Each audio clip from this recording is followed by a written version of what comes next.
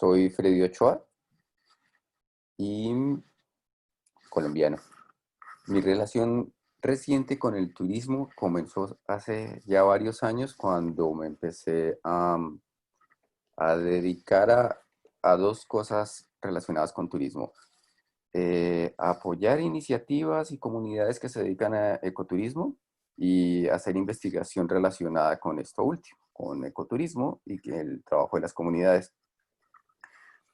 Y todo eso me llevó el trabajar con comunidades en temas de uso de biodiversidad. Y entonces lo más reciente de ecoturismo que estoy haciendo es algunos apoyos a comunidades que mantengo en la actualidad en Colombia, en creación de redes de colaboración, no solo para ecoturismo, sino para turismo de naturaleza, turismo comunitario. Y pues la tesis de doctorado, que es una mirada antropológica a la llegada del ecoturismo a una comunidad indígena en el sur de México, que son los lacandones, en la selva lacandona, a los que el ecoturismo les llegó hace unos 20 años, más o menos. Ahorita estamos en el proceso de construcción de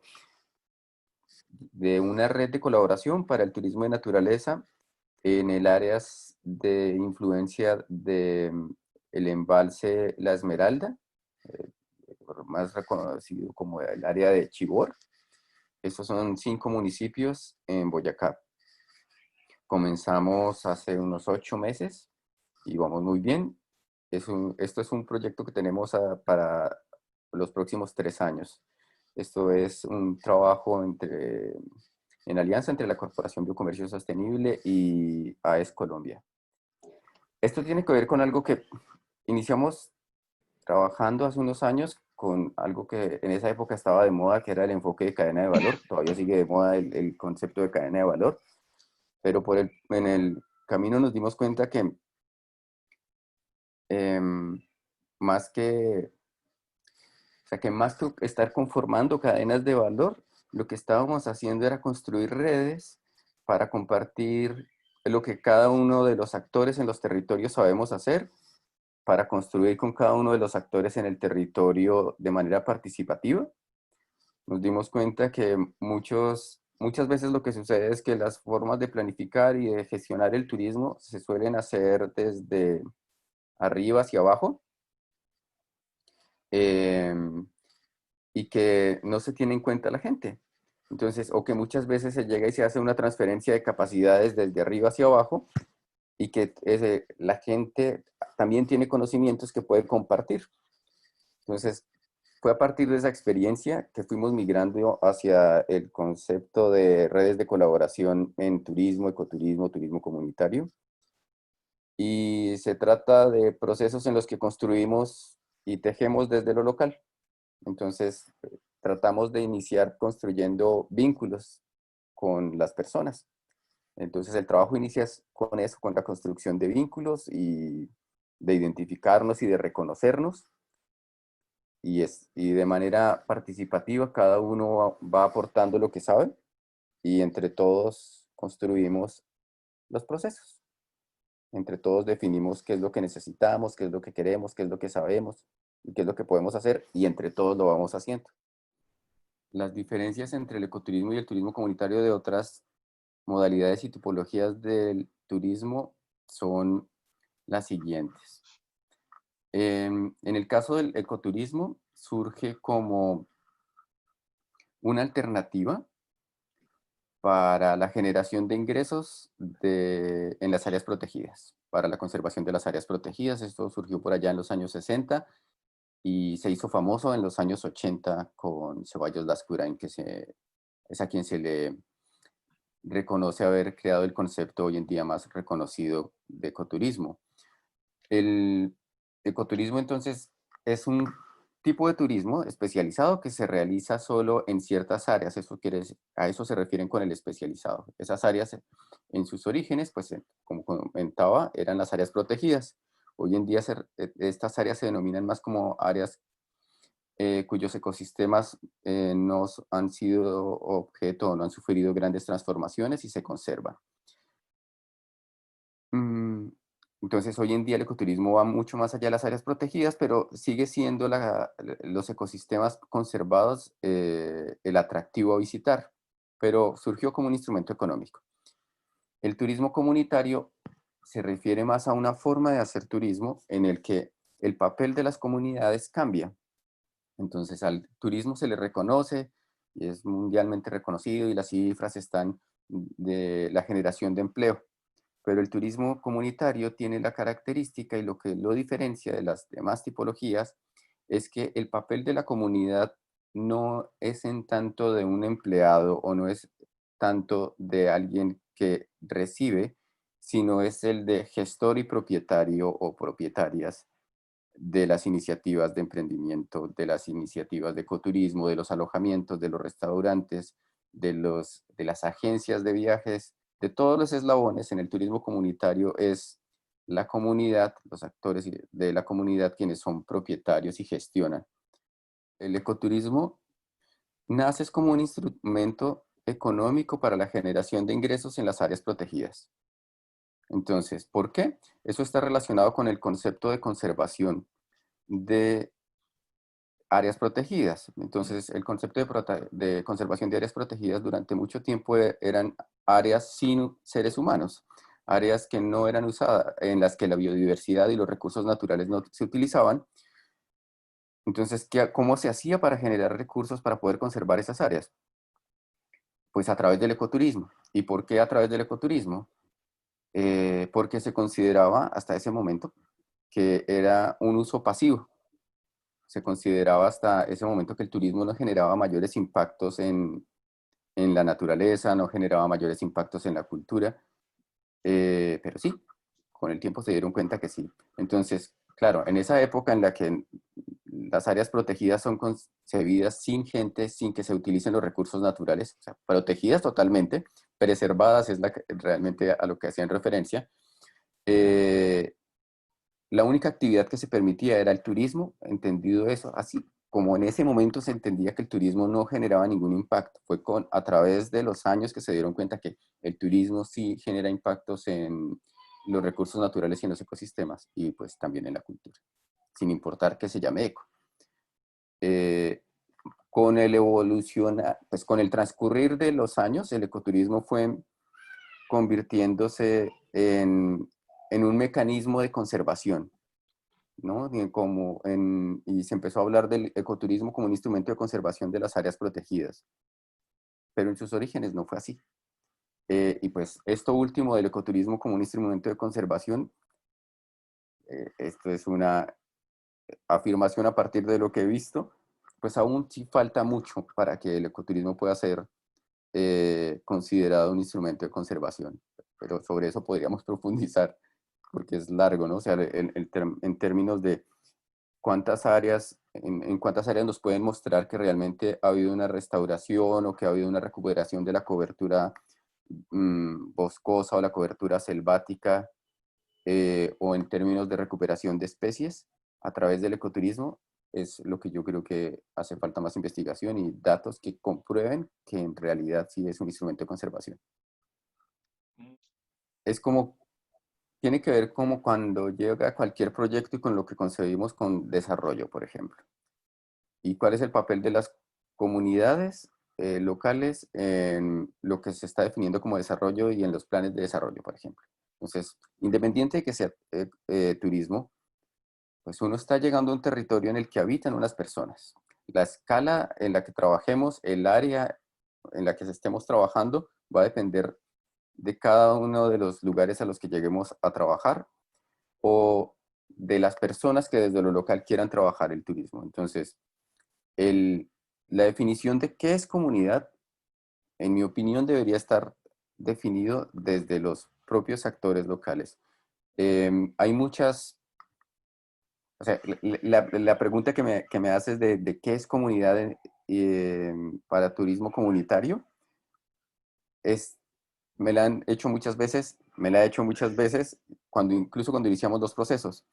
Entonces, no es comunidad lo mismo que cuando estamos trabajando, como en el caso de mi tesis, con una comunidad indígena, que además otros la llaman subcomunidad, que pero se refiere exclusivamente a una población de alrededor de 1000 habitantes que se dedican en su mayoría al ecoturismo y que están en una sola área, pues no es un poblado, pero es como son varios grupos familiares que viven unos cerca de otros en medio de la selva.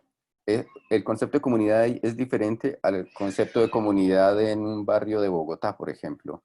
Eh, y entonces lo que se suele asumir también es, o bueno, va a ser diferente ese concepto al concepto de comunidad en un área rural en Colombia o en un área del Pacífico, porque las formas de organización social van a ser diferentes en el Pacífico, en una comunidad afro o en una comunidad indígena, o las formas de organización campesina o las que mencionaba con la tesis. Entonces, em,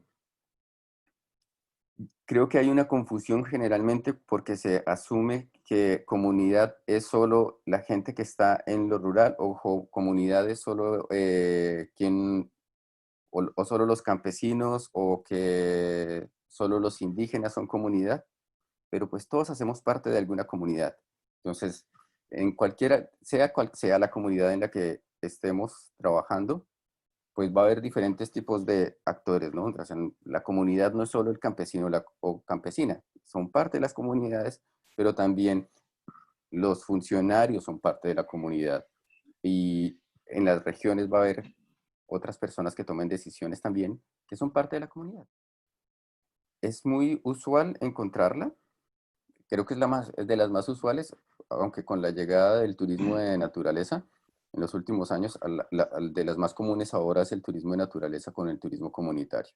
Hay una claridad al respecto. Entonces, em,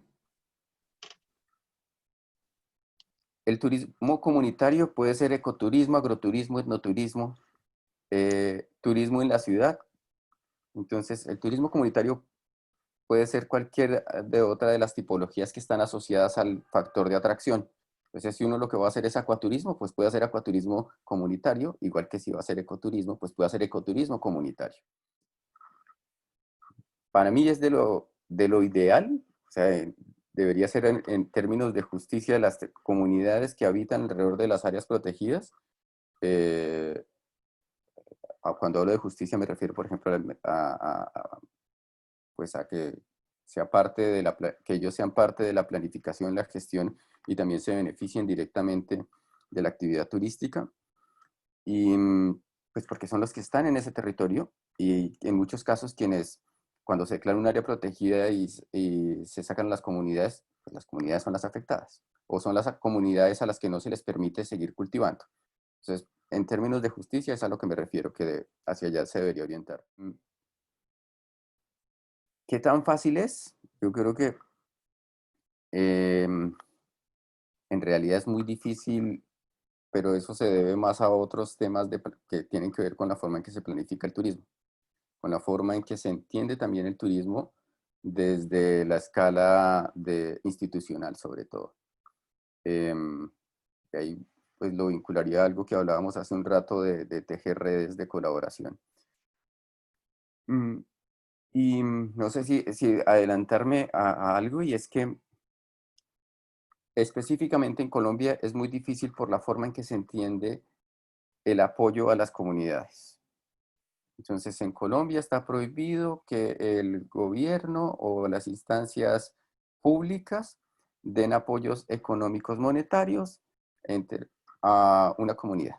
Entonces, cuando se dan los apoyos desde las instancias públicas, son con capacitaciones, que va alguien y les hace una capacitación, con cosas absurdas como enseñarles buenas prácticas y decirles que tienen que utilizar un pozo séptico o que utilicen paneles solares, pero ¿de dónde van a sacar el dinero para los paneles solares o para hacer los pozos sépticos o para construir sus cabañas totalmente ecológicas?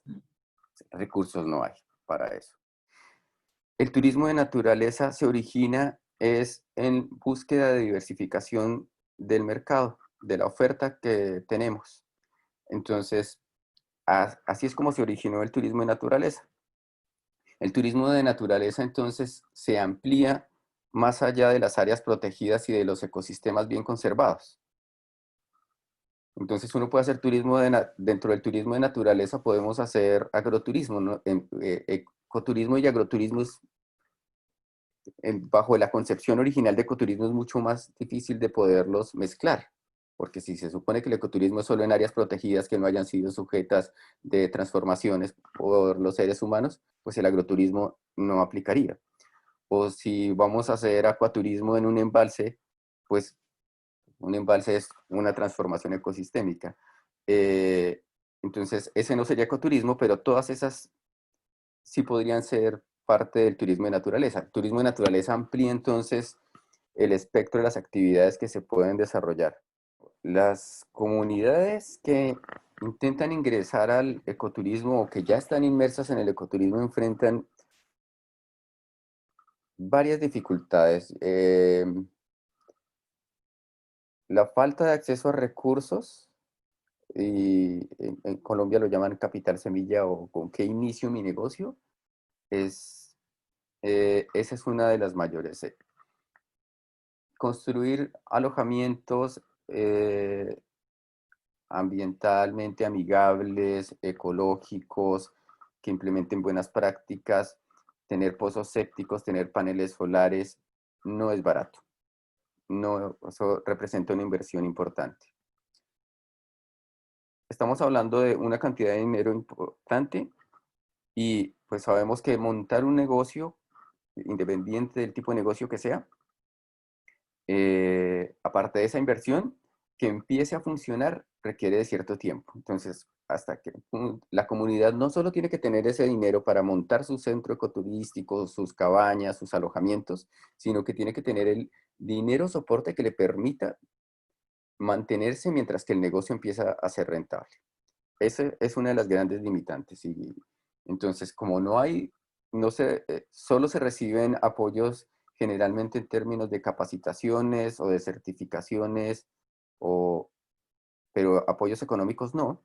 Lo que es, muchas veces se ofrece son créditos y pues ya sabemos lo difícil que es acceder a créditos también y pues que los intereses también juegan en contra.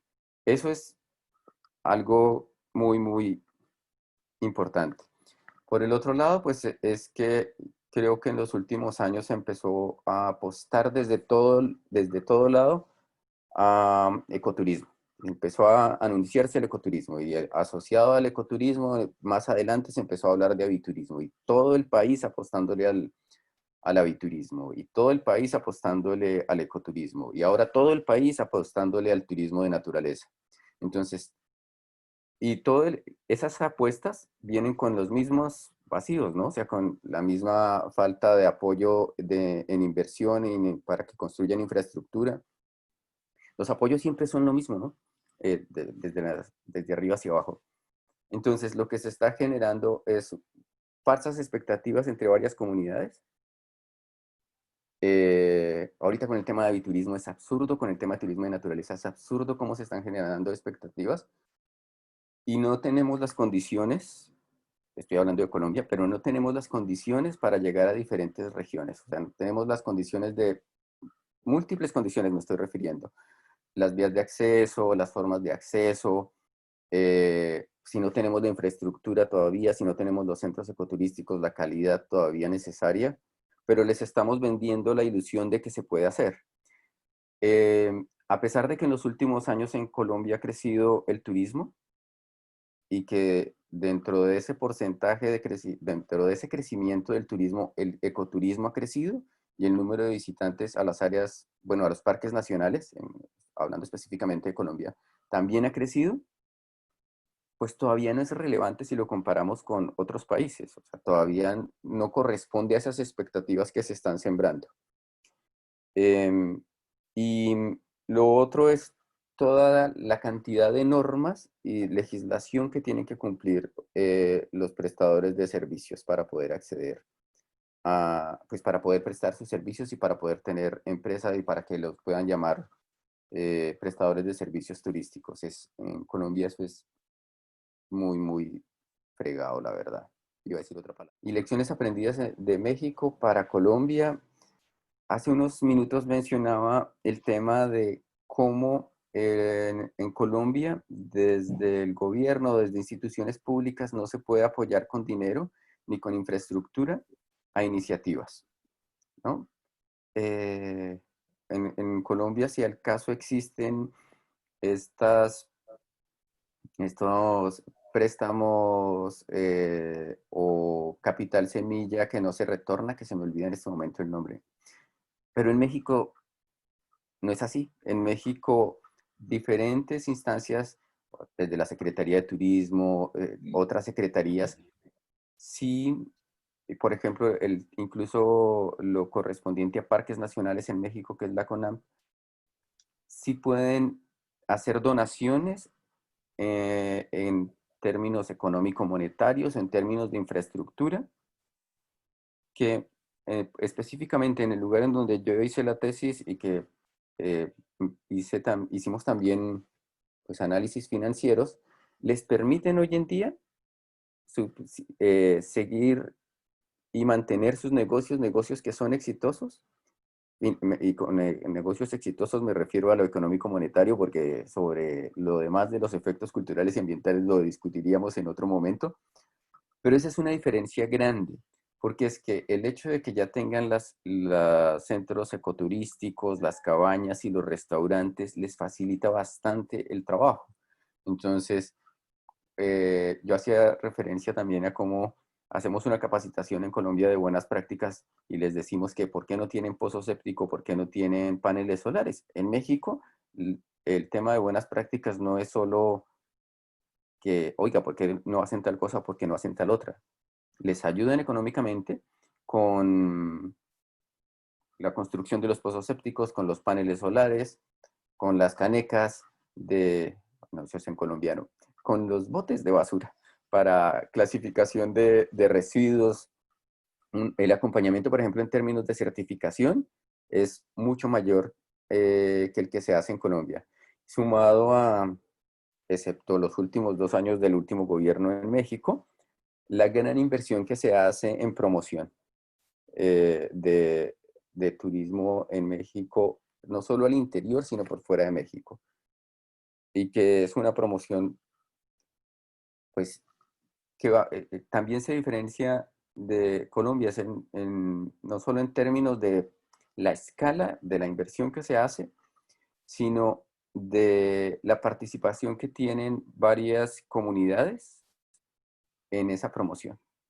Entonces, yo sé que en Colombia lo han intentado de tratar de llevar algunas iniciativas de ecoturismo comunitario a participar en otras ferias nacionales e internacionales, pero en México eso es como lo normal, ¿no? Eso es como el pan de cada día que, por ejemplo, en la comunidad con la que yo trabajé, que hay 28 centros ecoturísticos, alrededor de 28 centros ecoturísticos, invitan a 10 de esos 28 centros ecoturísticos a ir a otro estado o invitan a 4 de esos a ir a España para que estén haciendo promoción y participen en otras ferias. La parte normativa también es menos exigente y la parte legislativa también es menos exigente.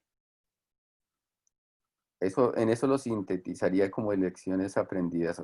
Hay una cosa que siempre me ha llamado la atención de Colombia, dentro de las muchas que critico en términos de turismo, y es el tema de la guianza.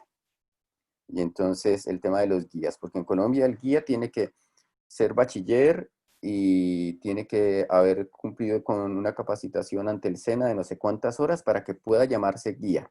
Y adicional, tiene que estar cumpliendo con ciertas normas y acreditar que cumple con esas normas.